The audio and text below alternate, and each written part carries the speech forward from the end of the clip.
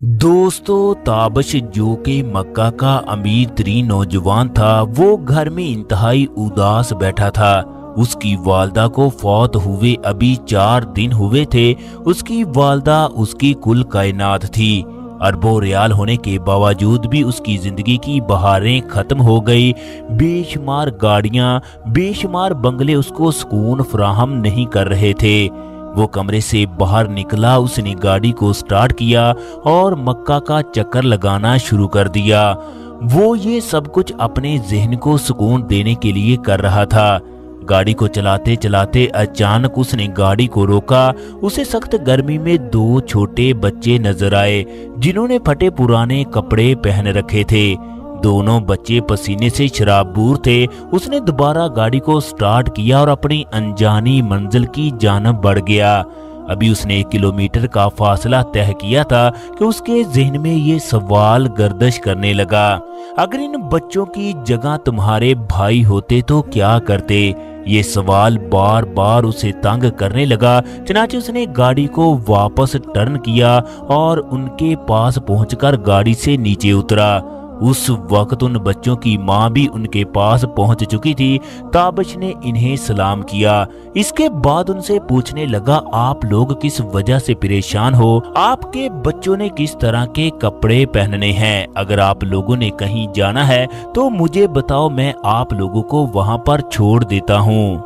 बच्चों की माँ और बच्चों ने ज़ारो कतार रोना शुरू कर दिया। उसने ठूठी फूटी अरबी में बताया, उसका ताल्लुक पाकिस्तान के शहर लाहौर से है। उसका खामद मक्का में एक सऊदी के यहाँ ड्राइवर था। 1 माह पहले उसके खामद को कफील के कत्ल के जुर्म में गिरफ्तार करके जेल में बंद कर दिया गया। मेरे शौहर का कहना है, कफील को कत्ल करने में मेरा कोई हाथ नहीं। इसके साथ ही पाकिस्तानी औरत जिसका नाम सूफिया था, उसने रोना शुरू कर दिया। सऊदी ताबश ने पाकिस्तानी औरत को हौसला दिया और फिर उसे पूछने लगा, अब आप लोग कहाँ रहते हो? वो औरत कहने लगी, मेरा कोई ठिकाना नहीं है, किराए पर रहने के लिए पैसे नहीं, खामद के बारे में कुछ भी पता नहीं, वो किस जेल में है। सऊदी लोगों का बचा हुआ खाना खाकर हम गुजारा करते हैं।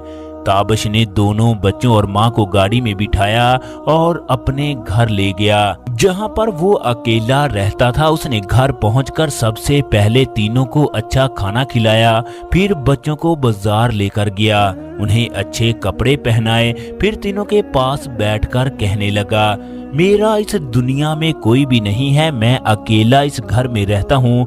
आप मेरी बहनों की तरह हो, आपको परेशान होने की जरूरत नहीं। मैंने कुछ पुलिस ऑफिसर को आपके शौहर का अकामा नंबर सेंड कर दिया है। वो हमें बताएंगे कि आपका शौहर इस वक्त किस जेल में है। बाकी मैं आप लोगों से वादा करता हूँ, आपके शौहर को बचाने की हर मुमकिन कोशिश करूंगा, लेकिन इसके साथ साथ शर्त ये है कि आपका शौहर बेकसूर हो। रात को सऊदी पुलिस वालों ने ताबश को बताया, जिस आदमी की आप तलाश कर रहे हो वो फलां जेल में है। अगले दिन ताबश पाकिस्तानी औरत और बच्चों को लेकर उसके शौहर के पास पहुंच गया। पाकिस्तानी औरत का खामद अपने बच्चों को देखकर आबदीदा हो गया। सऊदी ने पूछा, अब मुझे सच सच बताओ, ये कत्ल तुमने किया? पाकिस्तानी रोते हुए कहने लगा, दोस्त, मैं किसी काम की गरज से मार्केट गया, मुझे सामान खरीदते हुए काफी देर हो गई। जब मैं वापसी घर पर पहुंचा तो मैंने देखा कि घर में कोई भी मौजूद नहीं है। जब मैं कफील के कमरे में गया तो मैंने देखा कफील बिस्तर पर पड़ा है। जब मैंने कफील को हिलाया तो उसका जिस्म बेजान पड़ा था। मैंने बाहर निकलकर कफील की बीवी को कॉल की तो उसने कहा, तुम घर में रहो, हम अभी पहुंचते हैं। इसके बाद मैं वहीं पर बैठा रहा। अभी मुझे उस जगह पर बैठे हुए आधा घंटा हुआ था कि पुलिस आन पहुंची। उसने मुझे गिरफ्तार कर लिया। कफील की बीवी ने मुझ पर पर्चा कटवाया कि मेरा कफील के खिलाफ तनाज़े था, जिसकी बना पर मैंने कफील को जहर देकर खत्म कर दिया। इसके साथ ही पाकिस्तानी ताबश के सामने कस्में उठाने लगा कि मैं परदेश में रहकर इस तरह का काम क्यों करूंगा। ये सब कफील की बीवी का किया धरा है। उसने खुद ही कफील को खत्म किया होगा। मुझे इस कत्ल में फंसाया जा रहा है। ताबिश ने पाकिस्तानी राहत को हौसला दिया। उसने कहा, अगर तुम बेकसूर हो तो तुम्हें परेशान होने की जरूरत नहीं है। खुदा कोई ना कोई ऐसी सबील पैदा करेगा जिसकी वजह से तुम चंद ही दिनों में बाहर होगे। मुलाकात करने के बाद ये तमाम लोग वहां से चले गए। मक्का की पूरी पुलिस ताबिश को जानती थी। उसने बड़े अफीसर से राहत के केस के बारे में बात की। उसने बताया तमाम सबूत राहत के खिलाफ हैं, जिससे ये साबित हो चुका है ये कत्ल राहत ने ही किया है। चंद दिनों में छोटी अदालत केस का फैसला सुनाने वाली है, लिहाजा अब राहत का सर कलम होने से कोई नहीं बचा सकता।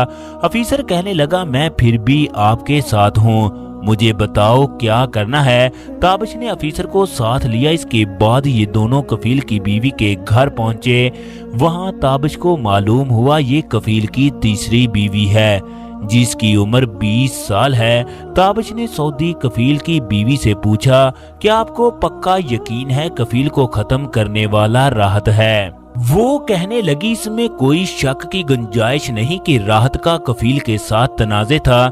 जब कफील का कत्ल हुआ उस दिन वो घर में अकेला था। मुझे पक्का यकीन है ये काम उसी का है।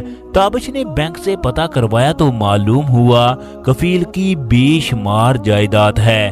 उसके अकाउंट में करोड़ों रियाल मौजूद थे। फिर उसने सोचा, इन तमाम रकम का फायदा किसको पहुंचा? राहत को कफील को खत्म करने से क्या फायदा होगा? ताबिश ने अफीसर को कहा, कफील की बीवी की निगरानी की जाए। ये किससे मिलती है? कौन इससे मिलने के लिए आता है?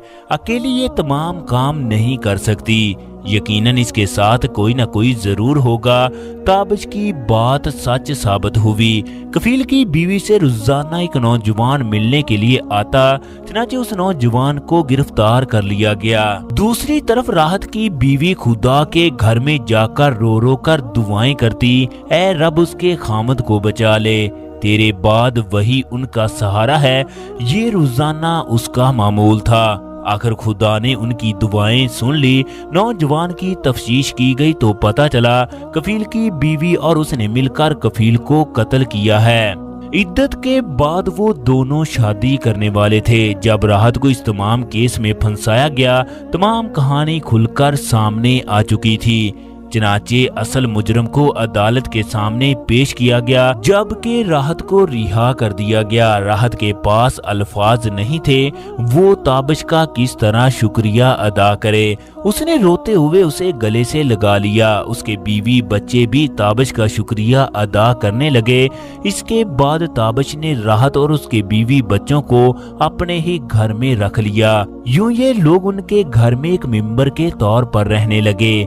ताबिश का कहना था, वो सोचता था वो किस तरह घर में उदास बैठा था, किस तरह वो रोड से बच्चों के पास पहुंचा। ये सब कुछ खुदा के काम है, वही वसीले बनाता है।